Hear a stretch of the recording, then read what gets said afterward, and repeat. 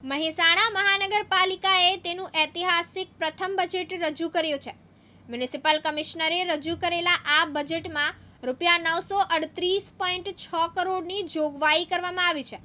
નાગરિકોને રાહત આપતા નિર્ણય તરીકે આ બજેટમાં કોઈ પણ પ્રકારના વેરામાં વધારો કરવામાં આવ્યો નથી।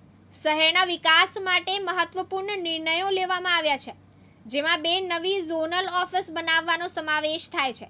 શહેરની સુંદરતા અને માળખાકીય સુવિધાઓ વધારવા માટે 4 આઇકોનિક રોડ બનાવવાનું આયોજન કરવામાં આવ્યું છે। મહાનગરપાલિકા બન્યા બાદનું આ પ્રથમ બજેટ છે, જેમાં ખાસ કરીને નવા ભળેલા વિસ્તારોમાં પાયાની સુવિધાઓ ઉપલબ્ધ કરાવવા માટે વિશેષ ધ્યાન આપવામાં આવ્યું છે। આ બજેટથી શહેરના સર્વાંગી વિકાસને નવી દિશા મળશે અને નાગરિકોને બહેતર સુવિધાઓ પ્રાપ્ત થશે। આજે મહેસાણા મ્યુનિસિપલ કોર્પોરેશનનું ઐતિહાસિક એવું પ્રથમ બજેટ અમે રજૂ કર્યું છે।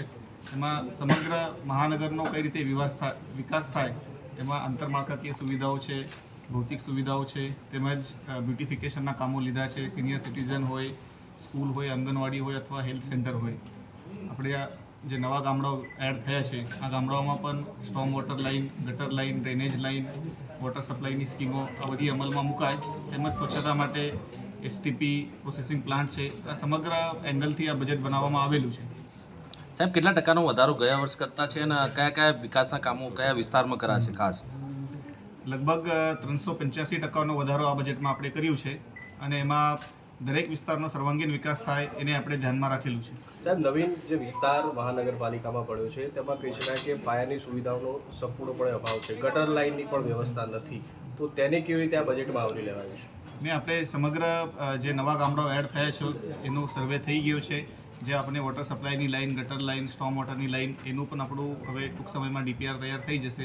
એનું આયોજન આપણે આ બજેટમાં રાખેલું છે। શહેરની ઓળખ માટે કયા પ્રકારનું આયોજન છે? ખાસ ઓળખ માટે શહેરની આગવી ઓળખ માટે આપણા ત્યાં જે આપણા ધરોહરો છે, ધારો કે આપણે ત્યાં 72 કોઠાની વાવ છે, રાજમહલ છે, સાથે સાથે આપણા જે નવા વિસ્તાર ડેવલપ થઈ રહ્યા છે એમાં પણ અમે 4 રસ્તાઓને આઇકોનિક રોડ તરીકે ડેવલપ કરવાના છે। સાથે સાથે બ્યુટિફિકેશનના કામોમાં અમે આપણા મહેસાણાનું, ગુજરાતનું જે કલ્ચર છે એને પણ અમે આવરી લઈ રહ્યા છીએ। વરસાદી પાણીનો નિકાલ માટે કોઈ આયોજન? વરસાદી પાણી નિકાલ માટે પણ આપણે આયોજન રાખ્યું છે। જ્યાં અત્યારે આપણી પાસે સ્ટોર્મ વોટર ડ્રેનેજની લાઇન નથી, એ નવી લાઇનો પ્લાન કરી છે અને જે રસ્તાઓમાં આપણને વોટર લોગિંગના વધારે પ્રશ્નો થાય છે એ પણ આપણે ધ્યાન રાધનપુર રોડ ઉપરના વિસ્તારમાં જે વિકાસ કરવાનો આપણે જે વાત કરી, શું એમાં વિકાસ કરવાનો છે? ખારી નદીના વિકાસમાં અમે 2 વસ્તુઓના અત્યારે ધ્યાન લીધું છે। એક તો આપણે ખારી નદીની આજુબાજુમાં આપણે એક રિંગ રોડ બનાવવાનું વિચારીએ છીએ, તો જેનાથી અત્યારે આપણા ટ્રાફિકના જે પ્રશ્નો છે એ સોલ્વ થઈ જશે। સાથે સાથે એને લાંબા ગાળામાં રિવરફ્રન્ટ તરીકે ડેવલપ કરવાનું પણ આયોજન છે। સાહેબ, રિવરફ્રન્ટ તરીકે ડેવલપ કર્યા છે, પણ ખારી નદીની દુર્દશા ખૂબ જ ખરાબ છે અને અંદર ગટરના પાણી પણ જે છે તે નાખવામાં આવી રહ્યા છે। તેના વિશે શું કહો છો? એ વસ્તુ અમારા ધ્યાન ઉપર છે। એના માટે મેં જેમ અગાઉ કીધું કે આપણે અંડરગ્રાઉન્ડ ડ્રેનેજનું આખું નેટવર્ક આપણે નવું વિકસાવી રહ્યા છીએ। જે વિસ્તારોમાં અત્યારે કનેક્ટિવિટી નથી ત્યાં આપણે કનેક્ટિવિટી આપશું, નવા એસટીપી પ્લાન્ટ્સ બનાવશું। તેમજ જ્યાં આપણને જરૂરિયાત લાગે છે નાળા ઉપર આપણે ડાયરેક્ટલી મિની એમના એસટીપી આવે છે એ પણ આપણે મૂકશું અને સાથે સાથે નદીનું શુદ્ધિકરણ માટેની પણ આપણે કામગીરી હાથ પર લેશું। અનુપસિંહ ચાવડા, દિવ્યાંગ ન્યૂઝ, મહેસાણા।